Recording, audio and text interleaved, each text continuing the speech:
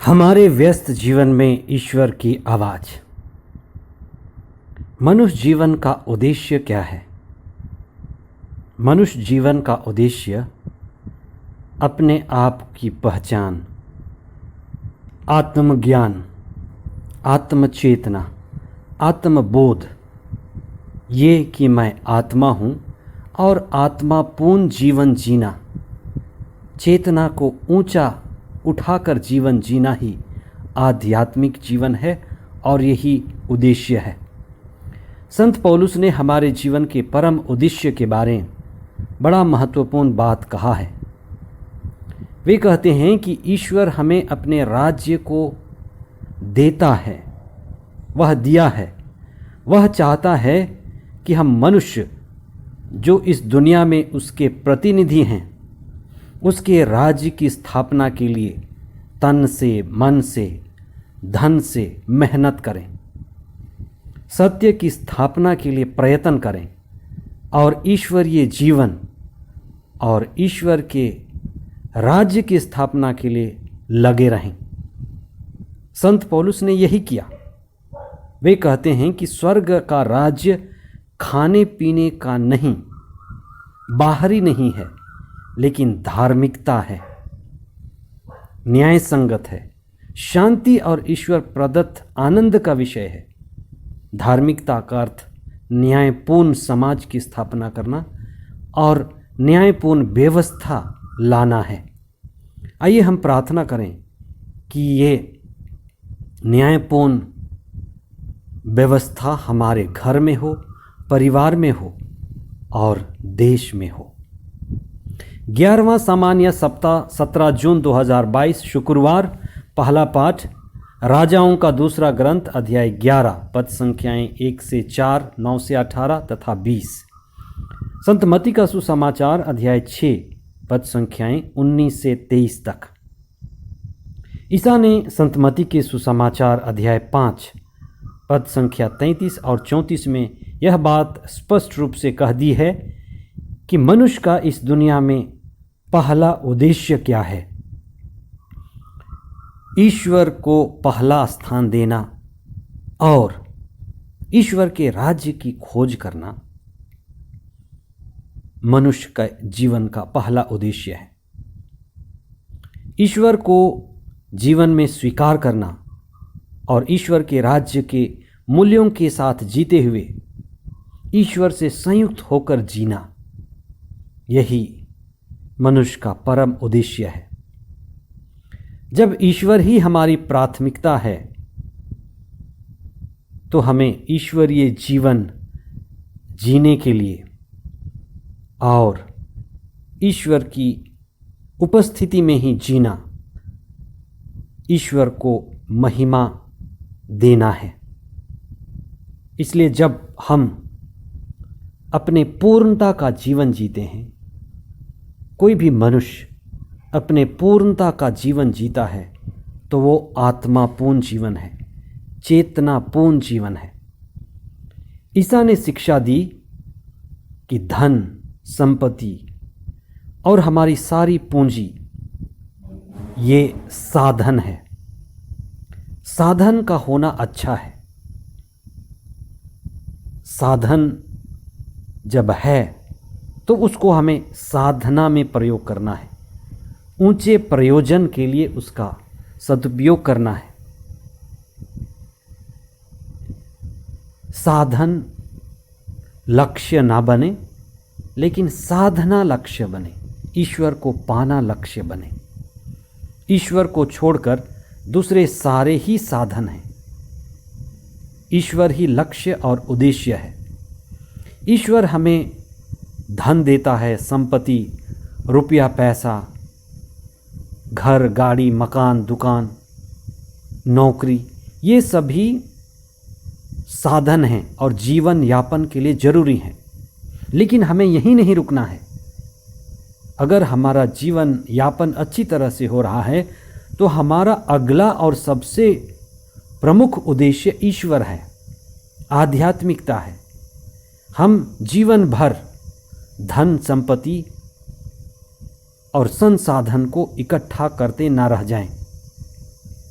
Car के लिए diesel चाहिए, पेट्रोल चाहिए, जरूरी है, पर पूरे जीवन पैसे कमा करके पेट्रोल और डीजल इकट्ठा करना समझदारी नहीं है। धन संपत्ति, रुपया, पैसा, ये सारी हमारे जीवन में सुविधाएं लाती हैं और इन सुविधाओं के साथ हम एक लक्ष्य होकर ईश्वर की खोज करें, अपने धन संपत्ति और संसाधन का उपयोग करें।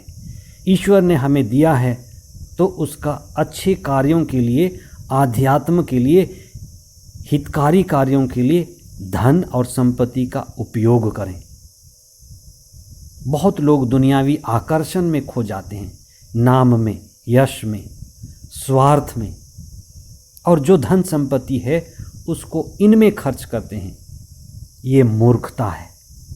आइए हम प्रार्थना करें और प्रभु के द्वारा स्थापित मूल्यों को अपनाते हुए जीवन बिताएं। प्रभु का सुसमाचार, प्रभु की शिक्षा हमें बताती है कि हमें किस बात को प्रमुखता देनी है।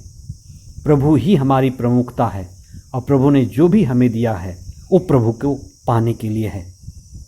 प्रभु यीशु ने स्वयं स्वर्ग से इस धरती पर आकर हमें सिखाया कि हमें कैसे ईश्वर केंद्रित जीवन जीना है। ईश्वर ही पूंजी है, आप इस पर चिंतन करें। ईश्वर ही हमारी सबसे बड़ी पूंजी है।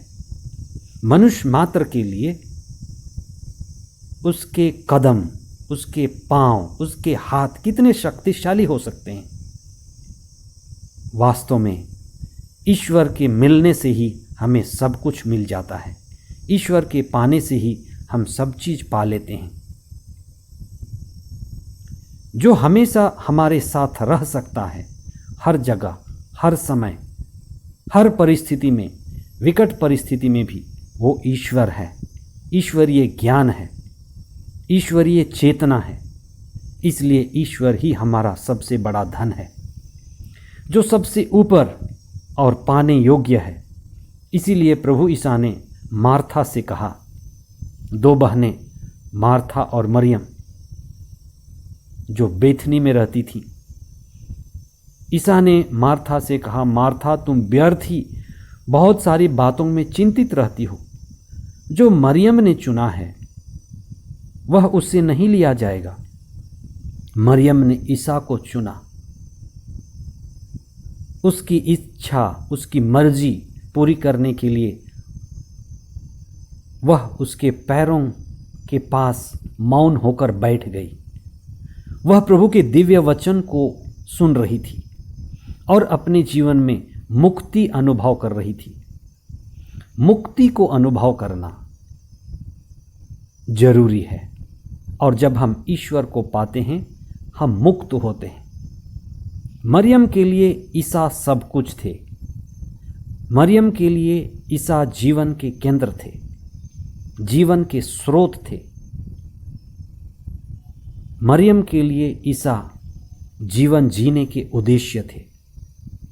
आइए हम यही प्रार्थना करें कि हमें भी सद्बुद्धि मिले, विवेक मिले, प्रज्ञा मिले, जो हम समझदारी पूर्वक जी सकें। सूचना मात्र काफ़ी नहीं है। हम में से कई सारे लोग बाइबल को सूचना की तरह जानते हैं, लेकिन सूचना हमें जीवन नहीं देता।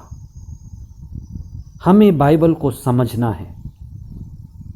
बाइबल के द्वारा हमें समझदारी आनी है और जब हम समझते हैं तो हमारे अंदर प्रज्ञा उत्पन्न होता है।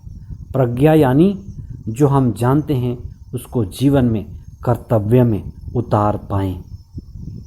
ज्ञान को कर्तव्य में उतार पाना, ज्ञान का कर्तव्य बोध होना ही धर्म है और धार्मिकता है। आइए हम प्रार्थना करें। हे स्वर्गीय पिता, धन्यवाद देते हैं तेरे पुत्र यीशु के लिए, जिन्होंने इस दुनिया में आकर हमें जीवन जीना सिखाया, आत्मा के बारे में, आध्यात्मिकता के बारे में हमारे अंदर चेतना पैदा की। हमें आशीर्वाद दीजिए कि पवित्र आत्मा की शक्ति और सामर्थ्य से हम आध्यात्मिकता के मार्ग में बढ़ें, हमारी चेतना बढ़े और जो हमारी समझ है हम उसको जी सकें, बुद्धिमान बने, प्राज्ञावान बने। ये प्रार्थना हम करते हैं हमारे प्रभु ख्रिस्त के द्वारा। आमीन।